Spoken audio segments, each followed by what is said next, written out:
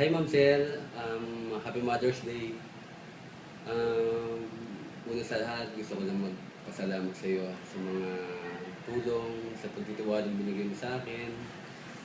Yun, at kahit paano, nagkaroon akong kahit paano pag-asa. Ganun.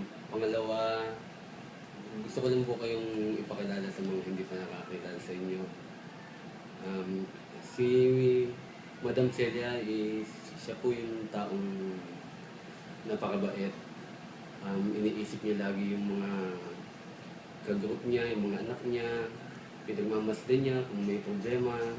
At kung may makikita mo siyang parang may problema sa grupo, tatawagin ka niya, tatanungin ka niya kung may problema or ano. Hindi siya titigil talaga hanggat di nasunod yung problema mo. Hanggat di ka niya nakikita nakangiti.